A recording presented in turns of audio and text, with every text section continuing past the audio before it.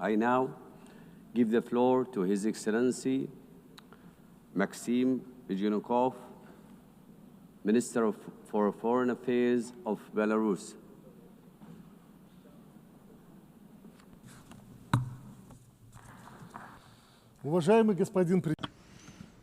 Distinguished Mr. President, ladies and gentlemen, the theme of this year's general debate is Better Together, 80 Years and More for Peace, Development and Human Rights.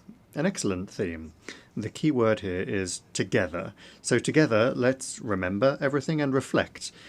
And I'm confident that we will find the true root causes of the challenges and threats facing the planet today. First, the 80th anniversary of the great victory in the Second World War. 8 decades ago, a bloody and merciless war ended, which was a great tragedy for all of humanity. And only at the cost of millions of lost and broken lives did we overcome this challenge. The contribution of the United States and Great Britain to great victory is obvious, as is that of the Chinese people who threw off the yoke of Japanese militarism. However, the decisive factor was the feat of the Soviet people, a multinational people who fought down to the last drop of blood for their freedom and the freedom of oppressed peoples. Note that they did not hand over the keys to their cities to the conquerors, they did not hide behind pro-Nazi collaborationist regimes, they did not supply the Nazi regime with equipment and soldiers. Back then, 80 years ago, this was obvious. The liberators were greeted with flowers and rejoicing in the capitals of Europe, monuments and memorials were erected in their honour, and streets and cities were named after them.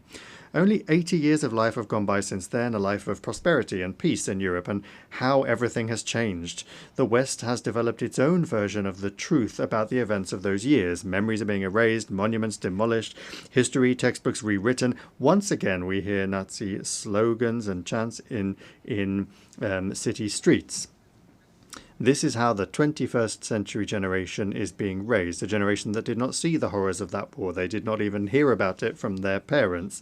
And so they are fueled by the false heroism of their ancestors who in the past had joined Hitler's coalition of nations, dreaming of world domination. If history is being rewritten, then its conclusions are also being rewritten. This calls into question the legitimacy of the post-war world order based on the universal principles of the United Nations. That seems clear. And it seems that they were forced into doing so. The West was forced into doing so for a certain period of time. The collective West was at that time forced to share the burden of responsibility for the fate of the planet with the so-called Soviet bloc, to set aside their thoughts of world domination for a while and to wait, of course, to wait for events to come to pass that would allow everything to be turned on its head. From this rostrum, in the past few days, we have already heard people say that the Holocaust is our shared shame. Why is it our shared shame? Everyone is answerable themselves before history. We, Belarusians, for example, fought Nazism down to the last drop of blood and laid down our lives to do so. We saved Jews at the cost of our own lives. We cannot remain silent about this today. We remember the hundreds of villages burned by the Nazis together with their inhabitants, the millions of Belarusians torn apart and mutilated, and the hundreds of thousands of children and women taken into European slavery. And therefore we understand that preserving memory is important so that history does not repeat itself, so that there are no more national ideologies of racial superiority, where there is no place for entire peoples, so that there are no concentration camps, that terrible invention of the West, and also to make sure that there is no genocide against any people. The Belarusian people have been living in peace now for 80 years, and if you look at our history, that is an incredibly long time to live in peace. Never have Belarusians lived so well, with such dignity and under such peaceful skies as in the last 30 years, when, under the leadership of our president, we have been successfully building a socially oriented state in the interests of ordinary people. At the same time, we sacredly preserve the memory of the terrible tragedy of the Second World War, and we pass this memory on to younger generations. Why don't many others around us, especially to the west of our border, want to live like this? Well, the answer is simple. The politicians there are blinded by their personal ambitions. They cannot see ordinary people behind those ambitions, even in their own countries. And so it is no surprise that they treat human life with such contempt, as well as that of other peoples, for example, calling on Ukraine to fight down to the last Ukrainian. This year is also significant for the UN, which is celebrating its 80th anniversary. The organization was created by the victors of that bloody war. We remember that Belarus was among the first founders as well. Belarus, a country where 1 in 3 people were killed, tortured or burned. And throughout all these years, the Belarusian delegation has been one of the most reliable supporters of strengthening the foundations of the UN, initiating the most bold, peace-loving and historically hard-won initiatives. Therefore, we have the right to speak directly today about what our organization has achieved by the time of its anniversary. And I would like to talk about 3 key elements. First, it is indisputable that the UN remains a central element of international life. This has been made possible by its undisputable legitimacy, its universal membership, and its comprehensive agenda. However, we can see that the principle of universality has been seriously undermined, especially in the last decade. And that has been done by those that are constantly trying to turn the UN into a tool for advancing their own interests, in addition to doing so contrary to the aspirations of humanity. Secondly, the UN is indeed preserving the planet from another world war. Its key mechanism, the Security Council, allows the great powers to discuss matters of war and peace at the table rather than on the battlefield. However, unfortunately, this body is being used less and less. Its influence on world affairs is no longer what it used to be, and let's be honest, the UN has proved incapable of preventing many of the bloody regional conflicts of our time, and the further thing goes on, the more this is true. Thirdly, a huge network of international structures has been created under the UN, and a multitude of legal documents have been developed.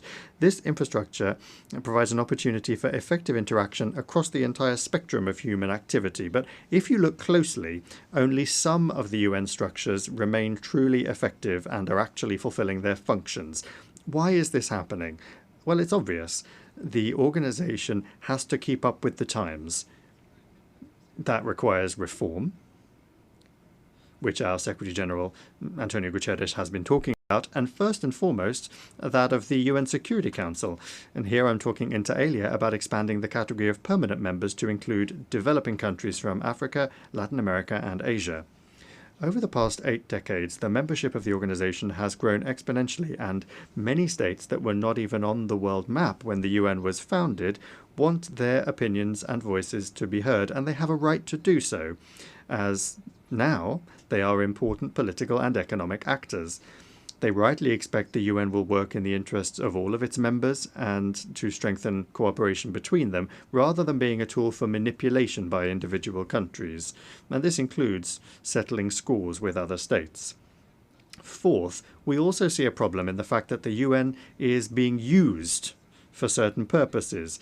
The actions of the United States of America to reduce its support to the UN, which has already caused plans to cut staff in our organization, are a very unpleasant wake-up call. But you'll have to agree that if the UN is able to be an impartial forum and move with the times, it will be in demand by everyone, the weak and the strong, the developed and the developing. Otherwise, it will suffer the same fate as the League of Nations. And Belarus does not want that to happen because, for the time being, we do not see any alternative to the UN. And that is why talking about these institutional problems sincerely today is important to understand their nature and to correct them. The 50th anniversary of the Helsinki Final Act is being marked this year as well. This document, initiated incidentally by the leadership of the Soviet Union, consolidated the realities that had developed in Europe after the Second World War. The act also predetermined the stable nature of relations between the Soviet Union and the United States, which was reflected in all regions of the world, and helped to make the Cold War slightly more manageable. It also introduced the principle of indivisible security, adherence to which prevented the Cold War from escalating into a hot one. The Helsinki Agreements provided an opportunity to build a united, indivisible and prosperous Europe during and after the Cold War. However, history took a different path. Today, the so-called victors of the Cold War have completely forgotten this principle and adopted a logic of superiority and confrontation. Incidentally, it was precisely this logic that was behind NATO's eastward expansion. As a result, the balance of power in Europe was undermined, and security threats arose for many states. The Yugoslav crisis, the bloodshed in a number of post-Soviet republics, and the conflict in Ukraine are the most striking examples of such consequences. Today it is clear that the way to end the bloodshed in Ukraine lies in all parties in Europe returning to an understanding of the importance of respecting the principle of indivisible security. And it's important that one of the main global centers of power, the United States, has finally started to understand the importance of this. Unfortunately, the EU countries aren't doing the same thing. They continue to stoke regional conflict with the firewood of Ukraine. Joint efforts are particularly needed to increase the level of trust between countries, although there are no ready-made solutions at present. But action must be taken, and we, in Belarus, which is at the heart of Europe, understand this perhaps better than anyone else. After all, it was through us that the most tragic wars of modern times have swept through our country every 50 years or so, leaving nothing but memories in their wake. And that is why we cannot delay. Just look at what our European neighbours are doing on the EU's border with Belarus and Russia. They are laying mines, building walls, moats and trenches, defensive lines and barbed wire. They are trying to create a sense among their population of an impending threat from the barbarians to the east, and there have actually already been victims, albeit among NATO countries who are either drowning in bogs or being blown up by their own mines. Incidentally, I saw here on the North Lawn near the UN building a piece of the Berlin Wall has been set up as a monument to human rights, and the inscription says 155 kilometers and 200 victims during its existence, or something to that effect. Today, a much larger wall, thousands of kilometers long, is being erected on the border between the EU and Russia and Belarus, from Finland down to Poland. And there have already been hundreds of victims along this wall since its construction began. Today, hundreds of innocent migrants from countries of the south who, in search of a better life, are striving to reach the EU, which has destroyed the normal way of life in their countries, are dying. So if we are not able to prevent the construction of this wall together, then let us at least reserve a place on the North Lawn where we can put up a piece of that wall when the countries in question come to their senses and decide that such a wall is no longer necessary. We could say how long it was and how many people died as a result. And we can say that this is a monument to the right of freedom of movement. Belarus is speaking out and proposing concrete solutions. In particular, the President of the Republic of Belarus has put forward an initiative to develop a Eurasian Charter of Multipolarity and Diversity in the 21st century, to launch a new paradigm for a Eurasian architecture of equal and indivisible security. I won't talk about this in detail. The Minister of Foreign Affairs of the Russian Federation already spoke about this very well.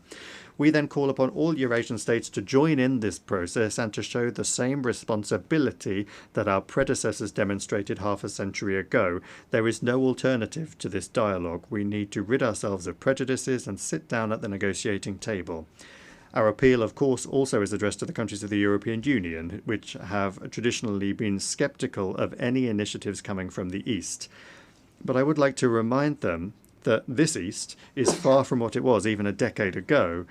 It is, in essence, the global South, or even the global majority, you could call it, and that is what must be reckoned with. It's time to finally understand that the days of the dictates of the collective West are a thing of the past. And therefore, I would like to advise European countries to reflect on their place in the world in light of the transformations that are underway, which, as we can all see, are not clearly in their favour. The decline in economic competitiveness is undermining the traditional European model of the welfare state, leading also to a fall in living standards and rising inequality, as we can see. The crazed militarization of the region is driving Europe, especially the new EU and NATO member states, into a deep financial abyss. The foundations of European society are being rapidly destroyed as a result of the virtually uncontrolled mass migration that's taking place and the failed policy of false multiculturalism as a response to this challenge. And all of this is happening against the backdrop of ever more fences that are being hastily erected in the East. These are not just concrete fences, but political, ideological, interpersonal ones, and in essence, civilizational fences. What then do they think lies beyond these fences in the East? It's not just Belarus and Russia anymore. There's also the Indian Ocean, and as our Chinese friends say, a community of shared destiny and shared responsibility for the future of humanity that is stretching all the way to the Pacific horizon that exists there, with the weakening of customs and physical borders, the strengthening of cooperation across the entire spectrum of pressing issues, the development of interpersonal contacts and multifaceted interaction. This is a community where, despite numerous cultural and national differences, people respect each other at the very least and do not impose ideological dogmas and rules of behavior on one another. Billions of people, millions of kilometers of territory, a powerful, rapidly growing economy, and the most advanced technologies, ones that are now our own. We have everything, and our own modern mechanisms for cooperation as well. The BRICS, the SCO, ASEAN, the African Union, the League of Arab States. Therefore, in essence, all of these political and militaristic shenanigans by the EU on its eastern border and economic sanctions against us, these are all measures of harsh self-isolation that are driving EU countries even deeper into domestic economic and political crisis. And allow me to say again, this is self-isolation. If European elites intend to continue in the same vein, it will become even worse for the peoples of Europe. However, all of these problems can be solved if, instead of self-isolation, Europe accepts the concept of Eurasian cooperation and security on our vast continent. And another thing, this year we are marking the quarter century that has passed since, from the rostrum of the General Assembly, one of the greatest hopes and promises in the history of the United Nations were voiced. A full 25 years now separate us from the Millennium Summit, at which the Millennium Development Goals were adopted. At that time, it seemed that with the dawn of a new millennium, we were also entering a new era, one of beneficial globalization and universal prosperity. Where do we find ourselves a quarter of a century later?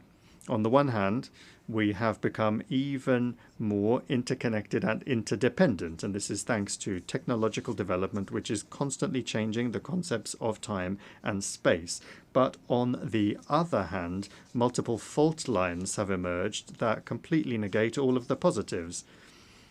Consider the following figures. In 2000, there were around 50 million displaced persons in the world. Today, there are more than 120 million. More than 1 billion people on the planet still live in multidimensional poverty. Conflicts in Ukraine, Palestine, Syria, post-war syndrome in Afghanistan, Iraq, Libya, and a number of other countries that is preventing the peoples of those countries embarking on the path of recovery. Large-scale military action against sovereign countries outside of any legal framework.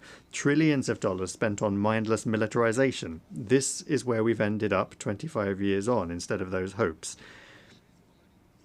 Just consider the 6.5 decades of the economic blockade of Cuba, which has also been completely unjustifiably declared a sponsor of terrorism. And in the same vein is the story about some kind of drug threat from Venezuela, which is completely unfounded and unacceptable. Is this really the result that the UN system was striving for 25 years ago? So why did the expectations and hopes of the beginning of the millennium not come true? In this regard, the words of the president of Belarus spoken at that Millennium Summit proved prophetic. For many centuries, a small group of states has determined the fate of the world, viewing other nations as peoples as a disenfranchised mass. The past quarter century has shown that many in the West have been unable to abandon their centuries-old mentality. As a result, the West has not become a leader in the process of change, but rather a source of threats and losses. Certain Western elites that are accustomed to living for centuries at the expense of others continue to exhibit a colonial mindset, albeit a modernized one. It's no surprise that even today they continue to display arrogance and power that they exert over developing countries, which was characteristic of colonial times. Our African friends can speak very eloquently about colonial times, and incidentally they are calling for reparations as well for the harm caused by the West. Over the past quarter of a century, then, we have seen the West not working together to solve development problems, but rather imposing democracy and the weaponization of the economy. This policy has spawned many wars, chaos, millions of refugees, created barriers to international trade, undermined global food security, entrenched poverty, hunger, and inequality, and international organizations, chief among them the UN and the WTO, have been sidelined. That is why, in response to these negative trends, the idea of regionalization is becoming popular, and cooperation mechanisms that aren't linked to Western countries, such as, well, as I already mentioned, the BRICS, SCO, ASEAN, CIS, the League of Arab States and the African Union, they're growing and strengthening. They reflect the interests of the global majority countries. They work on the basis of mutual respect, equality and consensus, rather than domination and plunder. They essentially are forming a fair multipolar economic architecture for development. And it's only natural then that the Chinese President Xi Jinping has put forward a very timely initiative on global governance, which Belarus fully supports. Mr. President, the words of the great Italian thinker of the past century, Antonio Gramsci, who wrote "From a fascist prison," are more relevant today than ever. The old world is dying, and the new world is struggling to be born. It is indeed paradoxical that even today the new world is being born in agony, because the old world does not want to quietly leave the stage. We're not the ones destroying the old world. The West itself is doing a perfectly fine job of that, but we, the global majority, are trying to build a new one, and I would like to underscore that particularly. It's together. It is the key word from the theme of this General Assembly. We're doing this together with our like-minded partners. Thank you for your attention.